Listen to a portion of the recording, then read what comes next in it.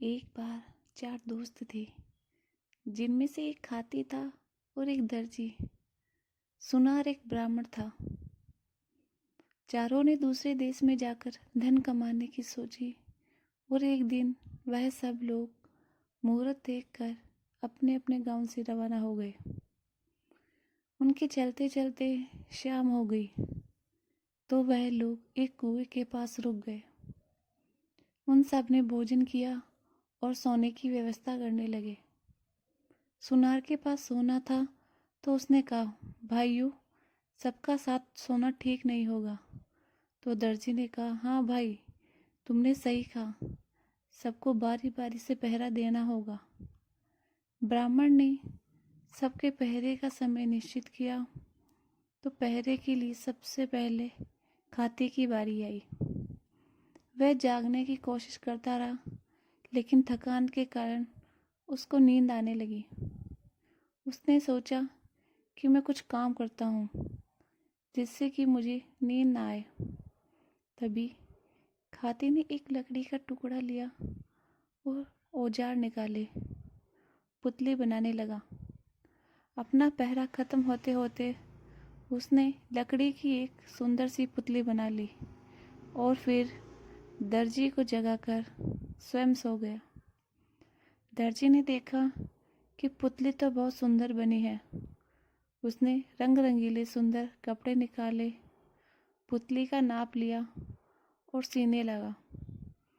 अपने पहरे के समय में उसने पुतली के लिए एक सुंदर सी चोली और एक घेरदार घाघरा बना लिया। साड़ी के नाप का चुंदड़ी का कपड़ा लिया और पुतली को सभी कपड़े पहना ओढ़ाकर खड़ी कर दी। फिर आधी रात के बाद सुनार की बारी आई। वह सोना निकालकर गहने बनाने लगा। धीरे धीरे उसने उस पुतली के लिए बोला, जेला, कर्णफूल, नथ, हसली, हार, चूड़ियाँ, पायल सभी गहने बना लिया और पुतली को गहना पहना दिया। पुतली गहनों कपड़ों में बहुत सुंदर दिखने लगी। आखिर में ब्राह्मण की बारी आई। वह पुतली को देखकर चिंता में पड़ गया। उसने सोचा, क्यों इस पुतली में अपने मंत्रों से जीवित कर दूं। वह मंत्र बोलता हुआ उस पुतली पर जल छिड़कने लगा। सुबह होते होते पुतली जीवित होकर एक सुंदर लड़की बन गई। सुबह होते ही सभी जाग गए और सुंदर लड़की को अपने पास देखकर वह सभी लोग आश्चर्य करने लगे। तो फिर ब्राह्मण कहने लगा, मैंने इसे अपने मंत्रों से जीवित किया है, मैं ही इससे विवाह करूँगा। तभी सुनार कहने लगा, भाइयों, मैंने इस पे हजारों रुपयों का सोना खर्च करके इसके लिए गहने बनाए हैं। अब ये कैसे हो सकता है ये किसी और के घर चली जाए। इतने में गांव के लोग अपने काम धंधे के लिए कुएं पर आ गए। चारों को लड़ते देख उनमें से एक बूढ़ा आदमी बोला, भाई, क्यों तुम लोग लड़ते हो, पूरा मामला तो समझाओ।